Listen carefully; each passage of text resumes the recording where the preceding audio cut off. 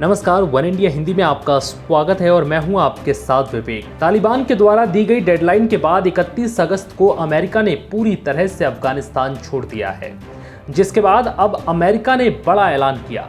America ने कड़े शब्दों में साफ कहा है कि डेडलाइन खत्म जरूर हो गई, लेकिन जो भी अफगानी अपने देश से निकलना चाहता है उसके लिए कोई डेडलाइन नहीं है। अमेरिका उन्हें हर हाल में वहां से निकालेगा।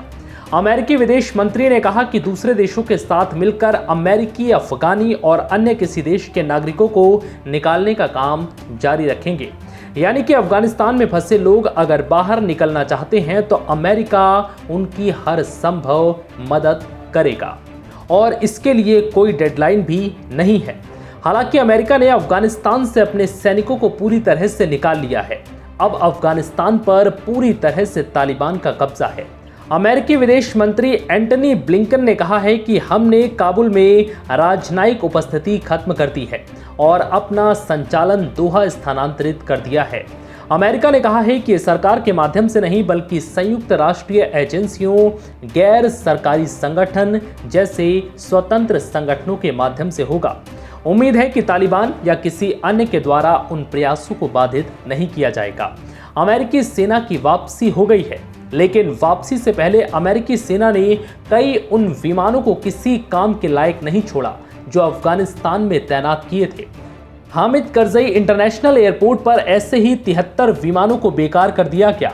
अब वो विमान कभी नहीं उड़ पाएंगे।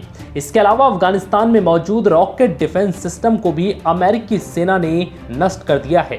अब इनका इस्तेमाल नहीं हो पाएगा। इसके अलावा उन गाड़ियों को अमेरिकी सेना ने नष्ट कर दिया है जो हथियारों से लैस थीं। जानकारों की माने तो अमेरिका ने अफगानिस्तान में जो हथियार छोड़ दिए हैं उनमें बड़ी संख्या में ऐसे ही बेकार हथियार हैं।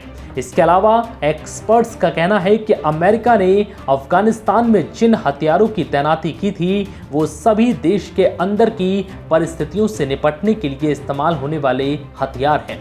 यानी इन हथियारों का तालिबान चाहकर भी किसी दूसरे देश को नुकसान पहुंचाने में इस्तेमाल नहीं कर पाएगा। फिलहाल इस वीडियो में इतना ही। नमस्कार।